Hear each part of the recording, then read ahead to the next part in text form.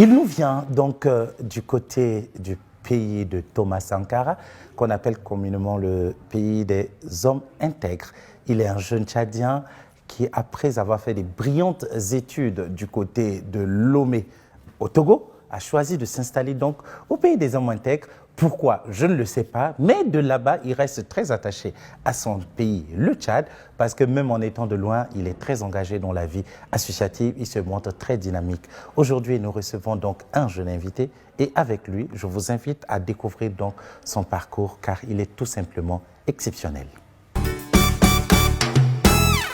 Alors, Éloge Noubayamal, oui. Bonjour et bienvenue dans Ils ont réussi. Merci, bonjour Clément Mortordé. C'est un plaisir en tout cas d'être là avec toi pour cette émission. J'espère bien qu'on fera une très belle émission. Alors, c'est la première fois que je trouve un invité qui prononce aussi bien mon nom. Je ne vous dirai pas notre lien, mais bon, ça fait plaisir. Ouais. Alors, Éloge, déjà, bienvenue chez toi. Merci. Bienvenue chez toi au Tchad, bienvenue chez toi au pays de Toumaï et bienvenue à Toumaï TV. Merci. Voilà, alors tu es là juste de passage pour une circonstance et tu vas repartir. Alors, nous saisissons donc cette occasion pour que tu puisses partager avec nous cette expérience assez riche qui est la tienne, mais déjà permet à nos téléspectateurs de te découvrir, de découvrir ton parcours. Qui est Éloge? D'accord, merci. Avant de dévoiler mon parcours, je voudrais exprimer toutes mes gratitudes à votre radio, à votre télévision, Toumaï TV, parce qu'elle fait de très bonnes choses. Depuis le pays des hommes intègres, nous vous suivons via le Facebook et merci. Nous espérons que bientôt nous allons vous suivre sur les bouquets Canal. Avec donc, plaisir. Toutes mes félicitations pour ça. Merci beaucoup. Et également à tous vos téléspectateurs et tout, je voudrais les souhaiter une bonne et heureuse année 2021. C'est vrai que l'année commence difficilement pour certains, belle pour d'autres, mais on garde toujours l'espoir. Donc, bonne année à tout le monde. Merci. Ok, Éloge, à l'état civil, je me nomme Noubayamal Diadita Éloge. Vous l'avez si bien dit, un jeune Tchadien dans l'âme. à ça, je n'en doute pas. Ouais, du cheveu jusqu'aux orteils, bien sûr. Parti effectivement de N'Djamena après mon baccalauréat série C. Je suis parti à Lomé où j'ai fait des études à l'EAMO, à l'École africaine des métiers de l'architecture et de l'urbanisme. D'accord. Et en tout cas, mon parcours a été parsemé de beaucoup de belles choses parce que je milite dans beaucoup des associations. Oui, tout à fait. C'est en quelque sorte le résultat de mon militantisme dans ces associations qui ont couronné, qui ont beaucoup participé à ma formation. Quand je dis beaucoup participer à ma formation, pourquoi? Parce que par la grâce de Dieu, à ma soutenance de Master 2, quand j'ai fini de soutenir, le président du jury me dit « Mais vous travaillez dans quel bureau d'études ?» Je lui dis que je suis étudiant, je viens de finir. Et je suis en train de soutenir. Il me dit « Non, vous vous exprimez comme un professionnel. Wow. Je vous embauche dans mon bureau d'études. Wow. » Et les camarades qui étaient là étaient un peu surpris. Ils me dit « Mais comment il arrive à s'exprimer, à faire ce genre de présentation et tout ?» Je leur ai dit « Non, ça c'est le résultat de mon militantisme dans les associations parce que nous sommes habitués à parler devant plusieurs étudiants, plusieurs personnes et tout ça. » Bref, je referme la parenthèse. L'art oratoire. Donc voilà, après mes études à Lomé, par la grâce de Dieu, je me suis retrouvé à Ouagadougou. Peut-être qu'on reviendra dessus un peu plus tard, pourquoi je suis allé là-bas et tout. Et j'ai travaillé pendant 2 ans comme chef de projet en architecture, en urbanisme, dans un bureau d'études que, sans publicité, je nomme à appui, que je reste toujours reconnaissant. Voilà, atelier d'architecture, des projets urbains et d'ingénierie.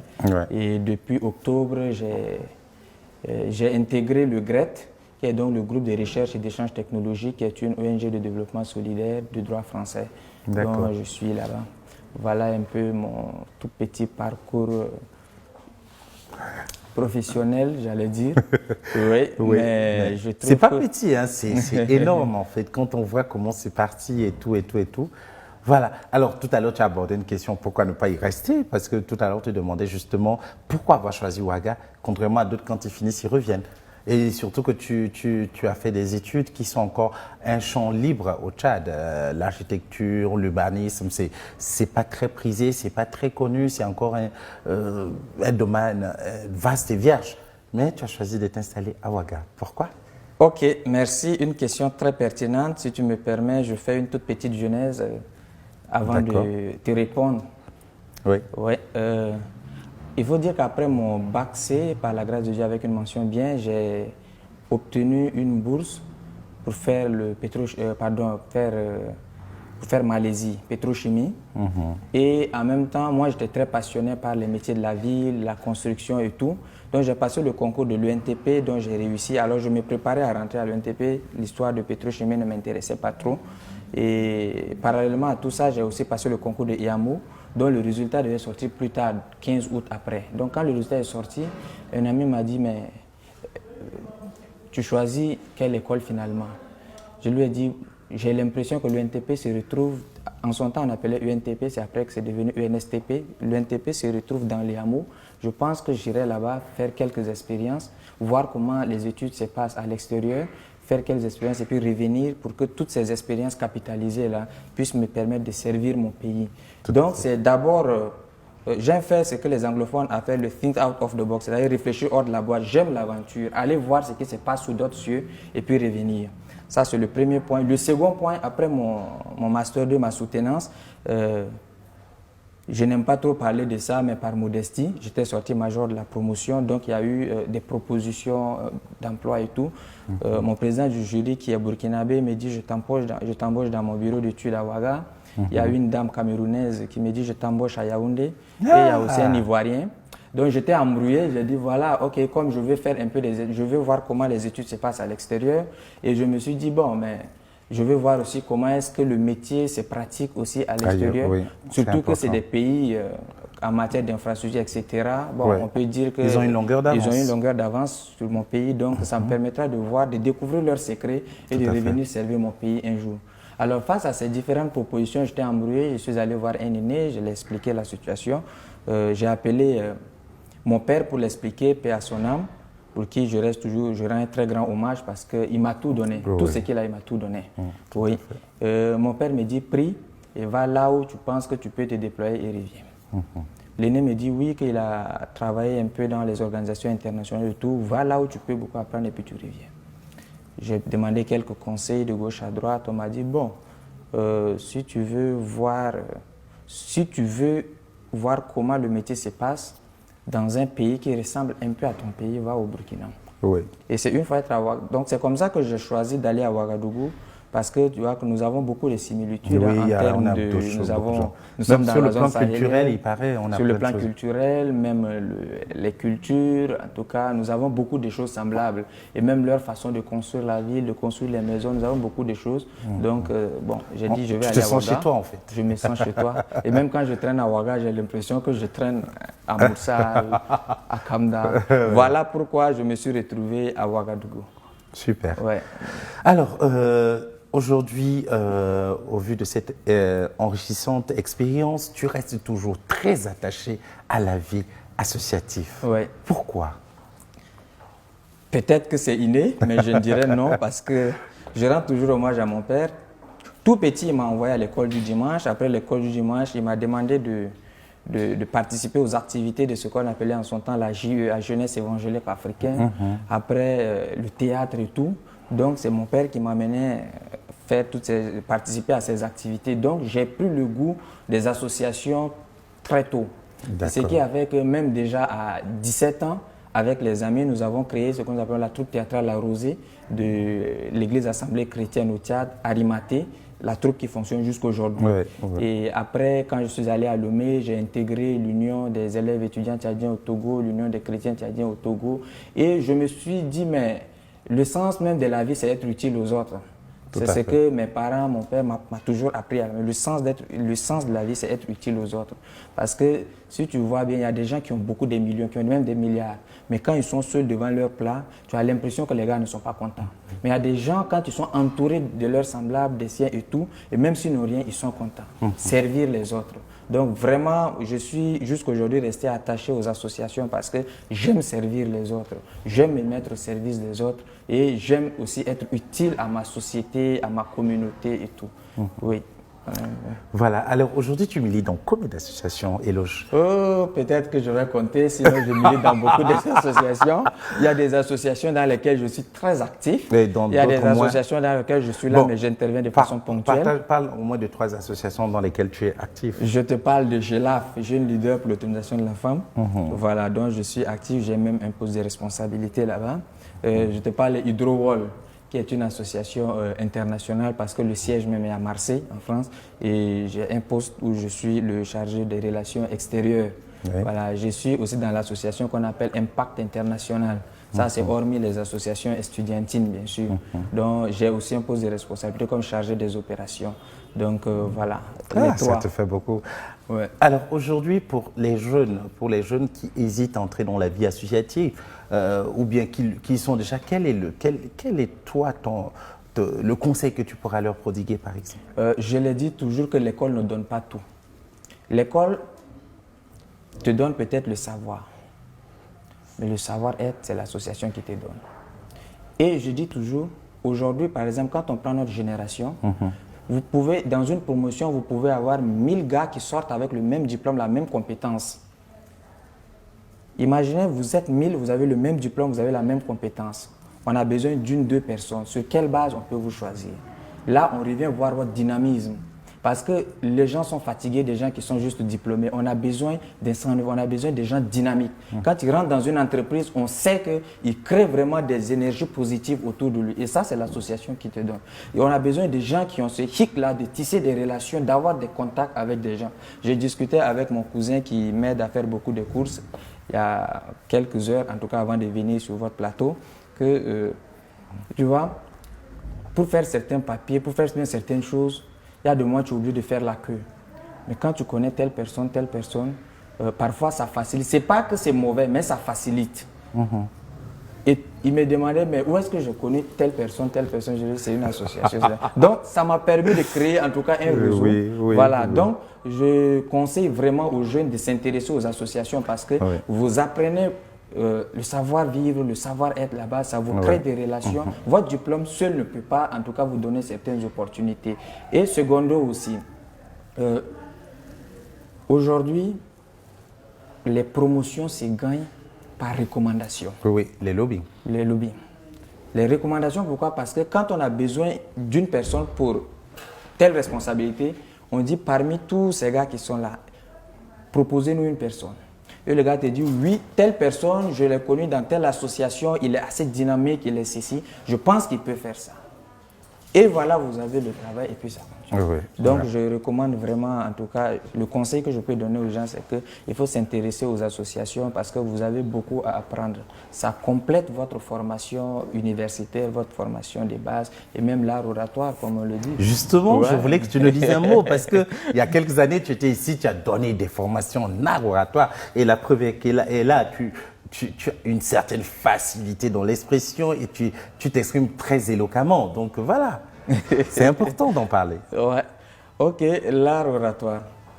Bon, je peux aussi dire que c'est parce que j'ai beaucoup milité dans les associations. Sinon, je suis scientifique, comme on le dit, mais en même temps un bon littéraire. Ben voilà, ça par contre, c'est assez impressionnant. Très bien, parce que pour s'exprimer, pour faire ton discours, quand tu es dans une association, pour communiquer, pour faire passer le message, tu as besoin des mots, tu as besoin des verbes, tu as besoin de faire des conjugaisons, tu as besoin en tout cas de tous ces différents éléments. Et ça se trouve dans les livres. Donc j'ai passé beaucoup de temps à lire les livres. J'ai une bibliothèque à Ouaga présentement, voilà, une bibliothèque privée, je vais dire. Et après ça, j'écoute beaucoup. Je fais beaucoup des exercices et tout. Donc l'art oratoire, c'est très bien parce que ça permet même de convaincre aussi la personne qui te suit. Quand tu vas à un entretien d'embauche, tu peux être très intelligent, tu peux avoir un CV bien bagagé, mais si tu n'arrives pas à te vendre, tu ne peux pas trouver cet emploi. Même quand tu lances un business, quand tu deviens un entrepreneur, les vrais et les gagnants sont ceux-là qui arrivent à vendre leur projet. Sont ceux-là qui arrivent, quand ils rencontrent quelqu'un en 20 secondes, la loi de 4x4, en 16 secondes, il te convainc, il te vend le produit. Peut-être même que c'est une fois que tu rentres dans la maison que tu te rends compte que on t'a vendu un mauvais produit, mais lui, il a eu son argent, il est parti. Donc, l'art oratoire, c'est la base. Elle se ramifie dans tout. Peu importe ton domaine, Peu importe ta formation, l'art oratoire est capital et c'est très important. J'encourage beaucoup de gens à s'y intéresser et tout. Alors, Eloge, même si tu ne vis pas au Tchad, c'est peut-être la dernière question que je te pose, même si tu ne vis pas ici au Tchad, à N'Djamena, tu suis de très près l'actualité ici. Oui. Et je suppose qu'en étant là-bas du côté de Ouaga, tu es sûrement très content de voir comment la jeunesse évolue, comment la jeunesse essaye d'aller au-delà de certains clivages, de certaines barrières et de se mettre ensemble. Mais il y a encore du travail qui reste à faire. Quelle est ton analyse de la chose ou bien alors quel est ton message au vu de ce qui se vit en ce moment ici? Ok, eu égard de tout ce qui se passe actuellement dans le milieu jeune, si tu me permets, au Tchad, c'est que j'ai un sentiment d'ambivalence. Pourquoi d'ambivalence? Un sentiment de joie parce que je sens qu'il y a vraiment de l'éveil. Je donne l'exemple des Ivoiriens. Ils sont capables de s'asseoir, j'utilise l'expression, c'est clasher, s'enjailler, mais après il n'y a rien. Il n'y a pas de rancune. Ils se comprennent et puis ils avancent. Mais quand il s'agit de défendre leur territoire, de défendre leur pays, rapidement, même ceux qui ont des conflits différents, ils s'unissent, ils se mettent ensemble. Donc je pense, et ça participe aussi au débat public, à tout ce que peut-être nos dirigeants peuvent appeler démocratie, etc. Et que les différentes interventions, les différents points de vue, les différentes opinions. Donc vraiment, je crois et je sens que la jeunesse tchadienne commence par être éveillée. Et les gens sont très actifs, les gens discutent, les gens échangent, etc. Mais en même temps aussi un sentiment de tristesse parce que quelques personnes détiennent encore notre maladie, ce que nous appelons les clivages, le régionalisme, même religieux, etc. Alors que nous partageons deux grandes religions qui même sont des religions de paix. Oui. Ouais. Donc je crois que le travail à faire du côté de la jeunesse, sur les réseaux sociaux, même dans la vie réelle et tout, c'est qu'il faudrait que nous prenions un peu de la hauteur. Nous prenions de hauteur sur certains clivages, sur certaines choses. Et avec le temps, ça va passer. C'est vrai, nous venons de commencer et je crois que d'ici 5 ans, 10 ans. Et l'espoir que j'ai aussi, c'est qu'aujourd'hui, beaucoup de jeunes sortent. Ils vont à l'extérieur, ils regardent comment ça se passe, comment les gens vivent, comment les gens cohabitent, etc. Donc, les gens ont l'habitude de dire que nous venons de loin et que nous partons loin, mais avec le temps, ça va s'améliorer. Oui, les réseaux sociaux ouvrent les esprits, donc je crois que d'ici là, j'espère. Je suis toujours optimiste. Alors dis-moi, sur le plan professionnel, autant pour moi, as-tu gardé des attaches avec le pays? Parce qu'il y a quand même des associations, des architectes, et tout ça, des ingénieurs, des choses comme ça. Est-ce que tu restes attaché ou bien là, non, tu as coupé carrément les ponts? Non, je n'ai pas coupé. Puisque l'intention, c'est de revenir s'installer au pays un jour, revenir mettre au service de notre pays tout ce que nous avons appris, vu ailleurs. Je garde toujours de bonnes relations. Je suis même en contact avec Madame Hayat, la présidente de l'Ordre national des architectes du Tchad, avec Monsieur Poussé, qui est urbaniste au niveau du ministère de l'urbanisme. Et pour une petite histoire, en août dernier, quand il y a eu des inondations à N'Djamena, voilà, de façon volontaire, j'ai fait des propositions. Oui, je m'en souviens. Sachant que si j'envoie ces propositions par la voie peut-être administrative et tout, ça prendra peut-être du temps, peut-être que ça ne peut pas arriver à la destination, etc. Et comme Dieu merci, ma page est assez suivie, j'ai balancé sur ma page et ça fait les tollés que vous avez vus. Et après ça, rapidement, vous voyez que les gens se sont mobilisés, les différents acteurs urbains de partout, où on a ensemble avec l'Ordre national des architectes, les ingénieurs, nous avons mis en place ce que nous avons appelé les acteurs de la ville. Et ces acteurs de la ville, il y a une équipe en N'Djamena qui est descendue sur le terrain, qui a organisé des mémorandums, qui a organisé des rencontres où on a sorti des propositions. Et depuis Ouaga, j'ai envoyé mes propositions qui ont été prises en compte. Ça a été remis au président de l'Assemblée nationale. Donc, je suis toujours en contact avec ceux qui sont ici. Et ça, c'est de façon publique, mais pour des raisons aussi privées, d'autres d'indiscrétion. Voilà. Je fais aussi beaucoup de choses que je souhaite rester silencieux dessus. Voilà. Mais pour tout le pays, je crois que vous avez eu des échos et c'est ça. Je suis en contact. Voilà. Alors, Eloge, on arrive au terme de notre parcours d'aujourd'hui avec toi. Quel serait ton message de fin à l'endroit de nos téléspectateurs? Mon message de fin à l'endroit de tous nos téléspectateurs, c'est qu'il faut qu'on garde l'espoir. Il faut qu'on garde l'espoir et d'ici là, les choses vont s'améliorer. les choses vont s'améliorer. Cultivez-vous, lisez beaucoup des ouvrages, des livres, informez-vous de ce qui se passe. Et un peu comme ce qu'un président américain a dit, ne demandez pas toujours ce que votre pays peut faire pour vous, mais demandez-vous ce que vous pouvez faire pour votre pays. Voilà, c'est vrai qu'on peut me rétorquer en disant que les conditions, etc., sont par-ci, par-là, mais bon, nous allons y arriver. Alors, ce fut un plaisir de t'avoir, Eloge, et nous te souhaitons un bon retour dans ton autre chez toi, qui est donc le Burkina. Et nous espérons te retrouver très vite ici pour d'autres émissions et découvrir encore plein de choses avec toi. Merci. En tout cas, c'est un plaisir. Voilà, donc par ma voix, nous te présentons une fois de plus nos condoléances, hein, parce qu'il faut reconnaître que si tu es passé ici et que nous avons profité de toi, c'est aussi par rapport au décès du papa. Et voilà, nous espérons que le Seigneur te console toute la famille. Amen. Et te retrouver très vite, Inch'Allah, avec ta joie de vivre naturellement. Merci. Voilà, chers amis téléspectateurs, c'est donc fini pour aujourd'hui. Nous avons reçu M. Eloge Noubayamal comme invité. Voilà, grâce à lui, nous avons partagé cette belle expérience de ce jeune architecte qu'il est, urbaniste, et aussi de son dynamisme dans la vie associative ici et aussi de l'autre côté. Et vous pouvez vous rendre compte que même quand vous n'êtes pas chez vous, même ailleurs, vous pouvez toujours être très important et pouvez toujours aider votre pays. C'est ce que Eloge fait et nous espérons le retrouver très vite pour plein d'autres expériences à partager ensemble, car il reste très attaché au pays de Toumaï, même en étant de l'autre côté. Alors, on se dit à très bientôt pour un autre numéro de Ils ont réussi, en espérant vous faire toujours languir avec plein d'invités surprises. Mais continuez à vous protéger parce que, comme vous le savez, Covid-19 est bel et bien présent et il nous faut donc respecter les mesures barrières et toutes les restrictions sanitaires qui nous sont imposées.